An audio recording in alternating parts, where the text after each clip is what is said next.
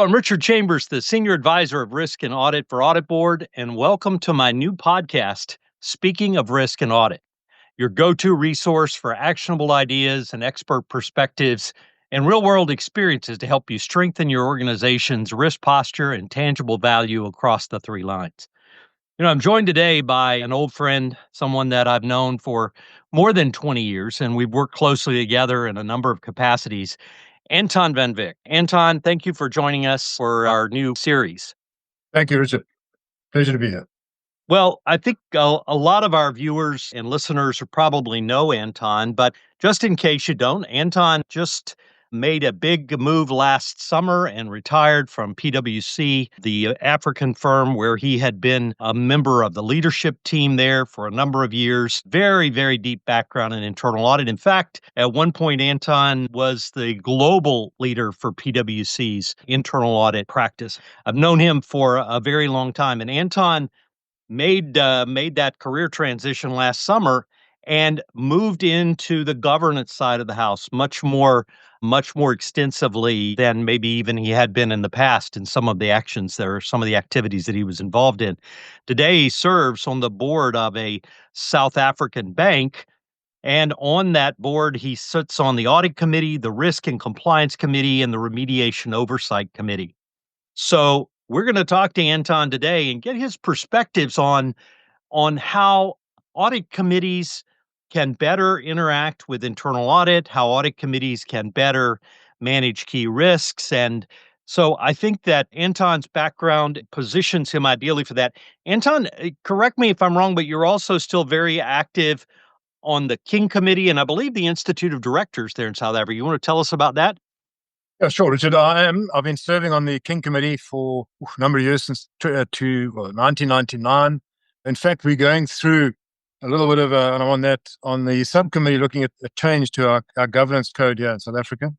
And I chair what we call the Board Governance Forum on behalf of the IOD. And we've written numerous papers specifically that deal with governance matters that are, let's say, bubbling under or forming, through this changing landscape that we all live in.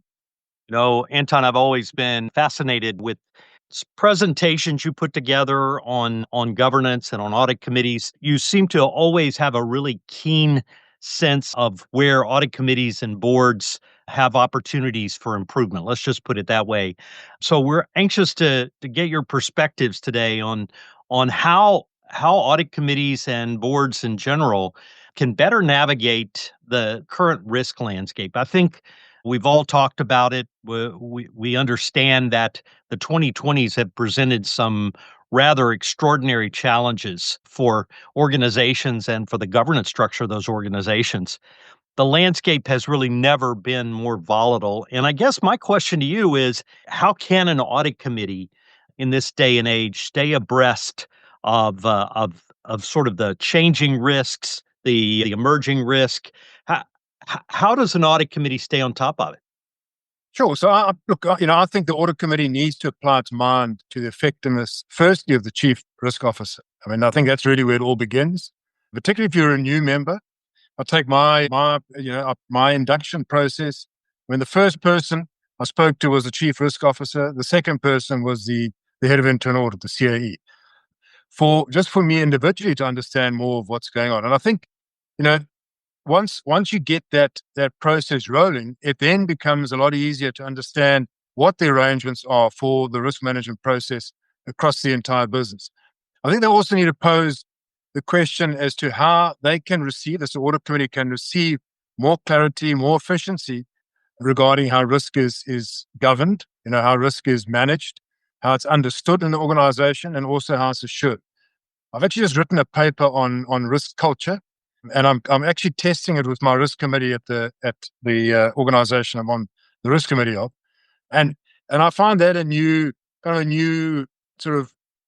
development. We often talk about board culture, we talk about management culture, but the concept of risk culture really hasn't emerged to the extent that it should. And I think what is critical there from an audit committee's perspective is with risk culture is, how does the concept of risk, the understanding of risk, the responsibility of risk permeate across the organization?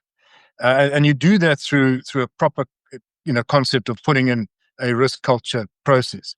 I think there's also no doubt that, we're confronting numerous challenges at the moment. I mean, one just has to look across the world as to what is happening. We're trying to assess what is required of the organization through this process. We're trying to manage through this disruption, and I think it does disrupt. This constant change in our world constantly disrupts any business, and I think that's becoming a key mandate for the audit committee. So it's not only looking internally, it's understanding those risks that impact that organization externally. I think also now more than ever, management need to make sure that they have the resource available and the skill available to deliver on their risk mandate. And in doing that, and I'll speak a little bit about this later on, but having that ability to look beyond the horizon, being able to assess what the future demands are for that organization, to be able to assess what potential future risks might impact the way we manage and we remake our business. So I think in summary for this point, with a constant evolution of risk, the impact of combined assurance, the continuing sort of development now, what is recognized as modern corporate governance. And I would suggest that's another podcast for you, because I've got lots to talk about in modern corporate governance, dealing with changing governance landscapes, confirming stakeholders, managing for the short term and planning for the long term, all that sort of good stuff. But I think these increasing demands on the CEO put the CEO and their leadership teams under immense pressure. And that results in, I think, in increasing roles of the audit and risk committee in keeping a watchful eye on what is happening, close sort of liaison, close partnership with the CEO, and then applying a sort of a lens that is practical, pragmatic, and workable for both management and for the board. Anton, I've seen audit committees over the years who get really frustrated because they get they get one perspective on the company's risks from the chief risk officer. They get maybe a slightly different one from the chief audit executive, and management, of course, is coming in and giving their take on it. And it can get very, very frustrating for an audit committee to know what the truth is. How do you go about triangulating to the real answer? No, it's an interesting point, and funny enough, in my experience now, and I excuse me if I keep using my experience, and it's been an interesting journey because, yeah, it's been fairly new for me, to try and get to understand all these things. So I had a kind of a call it a 5-point plan, in particular my induction with the chief risk officer, and in fact with the internal auditor. I asked them both the same questions. But I wanted to know, how do I get to better understand what industry analysts say about our bank?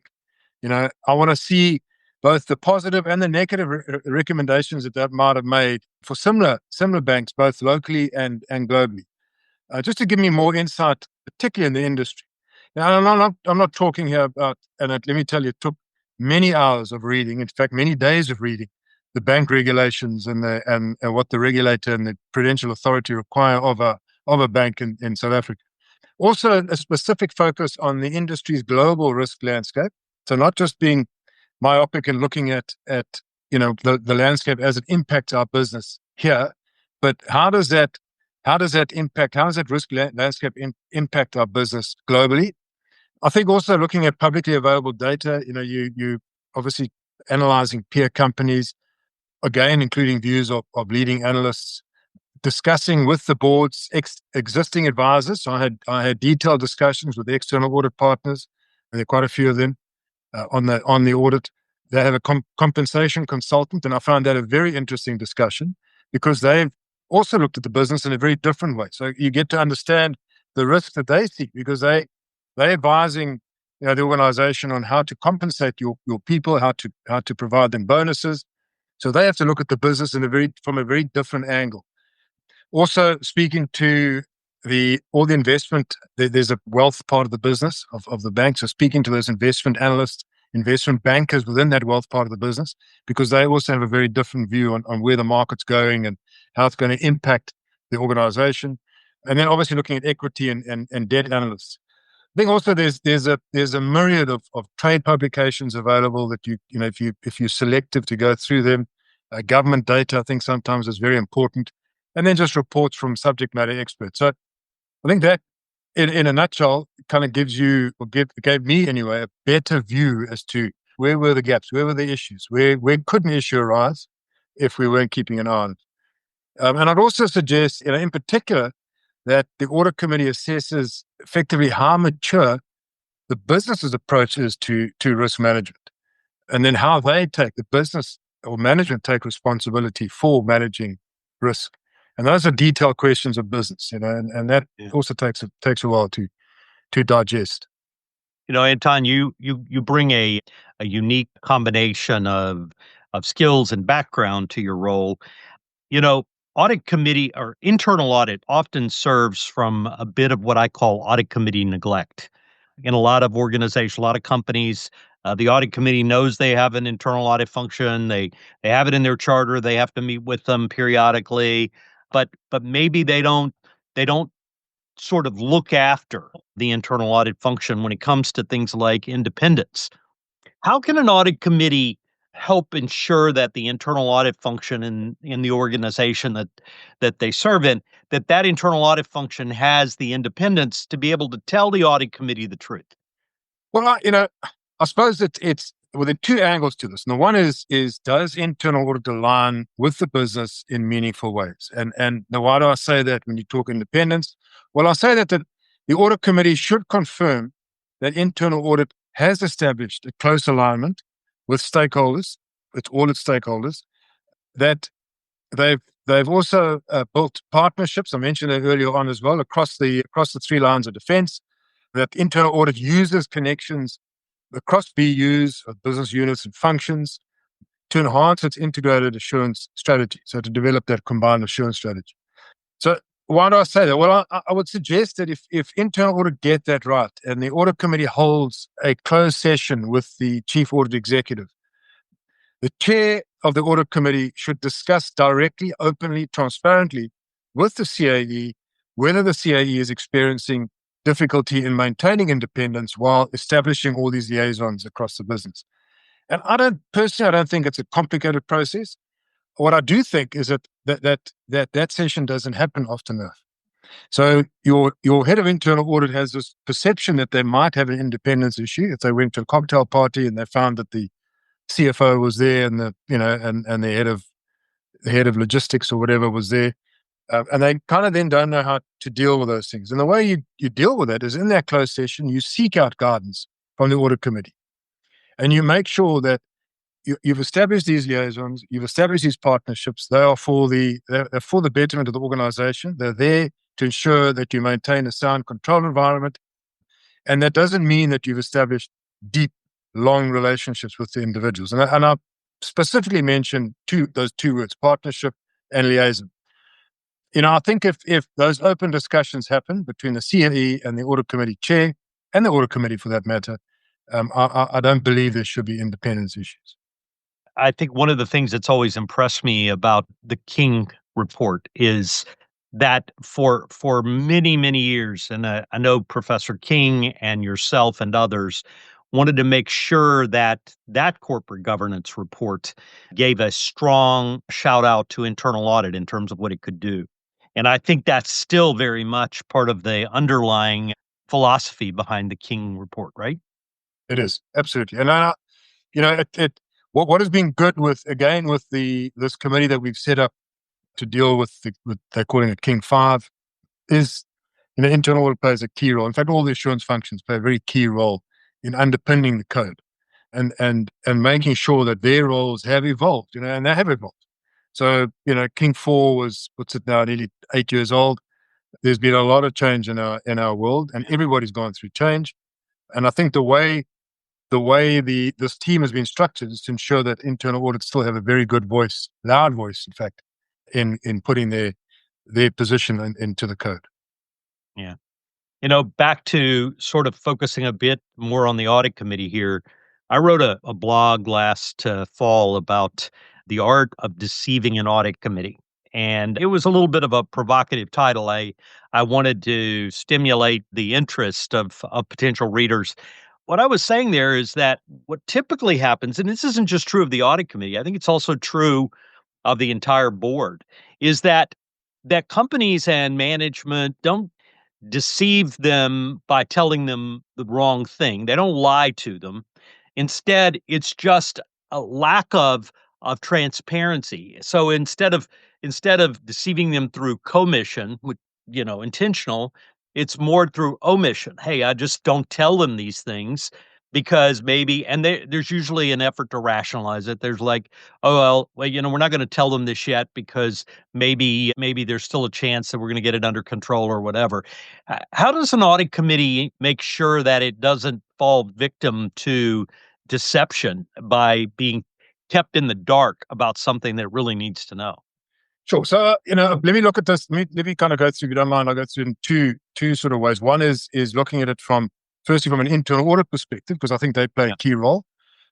The second is then looking at a board member, an audit committee member, and how they kind of develop their skills and their knowledge of the business. And the third then is how management then sort of react to the process of transparency.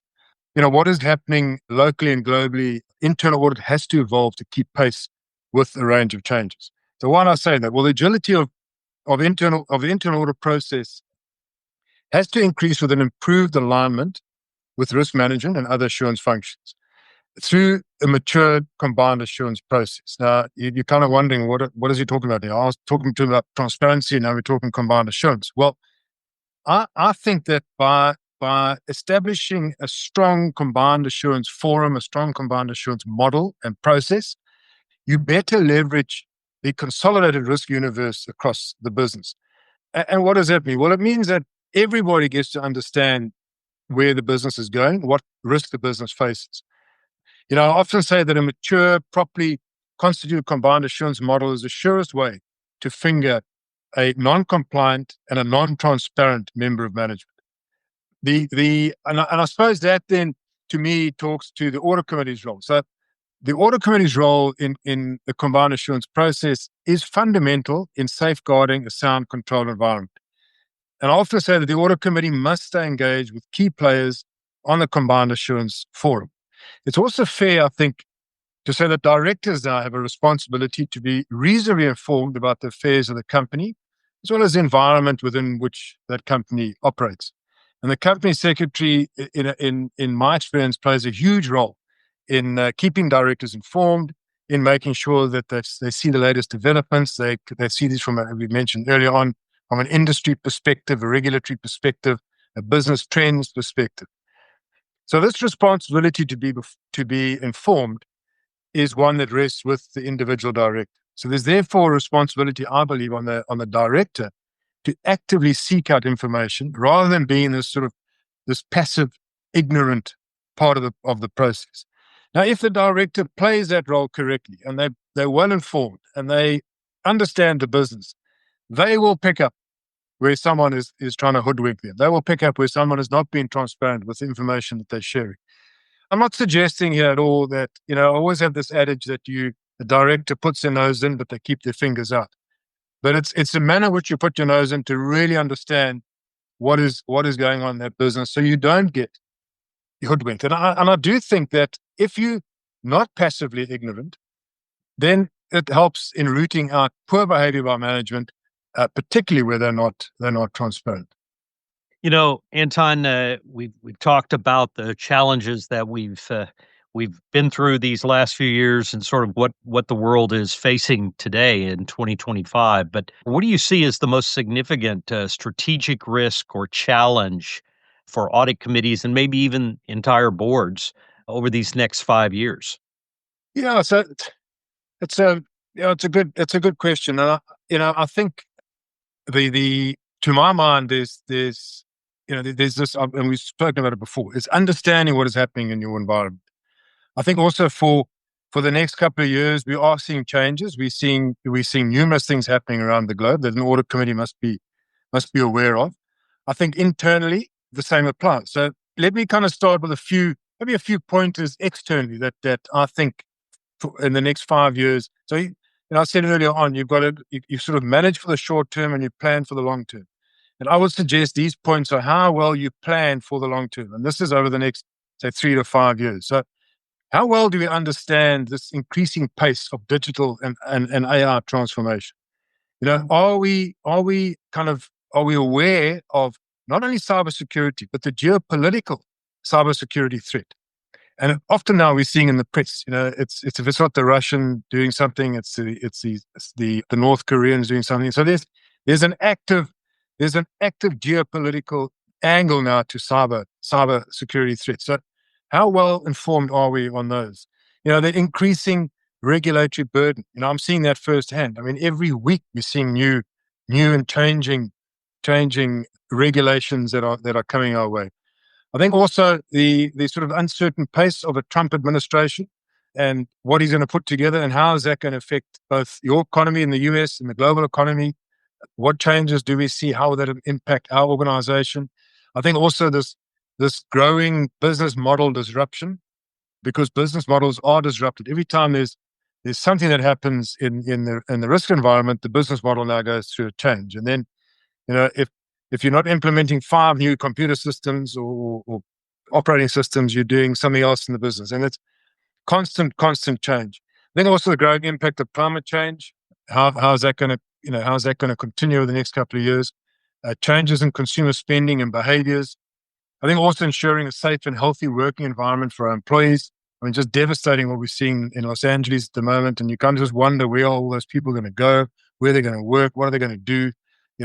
What sort of contingency plans have we put in place in our organizations to address those sort of that sort of eventuality? I think also, and I mentioned geopolitical issues, but also this rising geopolitical volatility that we see in the globe. And are we ever going to see a stop to it? And how does that impact our particular businesses? And then I think increased investor and stakeholder activism is there as well. I think also, the best value to me from an audit committee perspective is the value that they can add in considering and I mentioned this earlier, what is going to happen tomorrow. Have they the ability to have that sort of lens? Do they consult widely enough to ensure that lens is well focused on the future? So, and I think in essence, directors should give sufficient consideration to the future of their organization that they've overseen, not just rely on management. Yeah, so I mean, I can say more. We should know kind of how the organization makes its money, how the organization will sustain value creation in the long term, how we determine inputs, resources, relationships, outputs, outcomes, etc. I think these are all important factors of having that future 5-year lens. Yeah. So, and you touched on it earlier, talking about the sort of the being concerned about what lies over the horizon. Yeah. What we've discovered, if anything, in the first half of the 2020s is that what looks like it's coming at us from the horizon, number one, gets here a lot faster than it used to, and number two, is quickly followed by something else that we don't even see. And so, to me, I think you made the case for why audit committees and boards have to be concerned with the entire horizon and what lies beyond it. Absolutely. And I think also, that the most difficult aspect for audit committees today is ensuring that the right strategy has been set and the right risk appetite levels have been established because of this constant, the constant moving target that we face. And that is a skill, I believe. It's a skill in analyzing the strategy, looking at the business strategy, the risk we face, setting those risk appetite levels. And I think that if you get that right, it goes a long way in kind of assuring your future. Well, thank you, Anton, for being part of our episode of this new Speaking of Risk and Audit series. You've given us some great perspectives, great insight. I thank our listeners for joining us in this episode, and we look forward to having you back real soon. Thank you. Thanks, Richard. And thanks to the Audit Board team. Appreciate it.